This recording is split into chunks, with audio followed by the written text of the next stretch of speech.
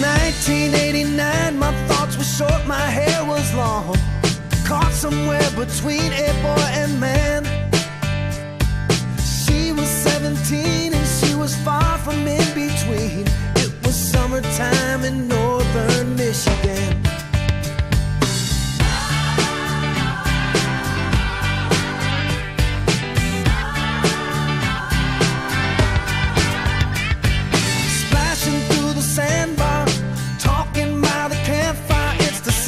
Things in life, like when and where.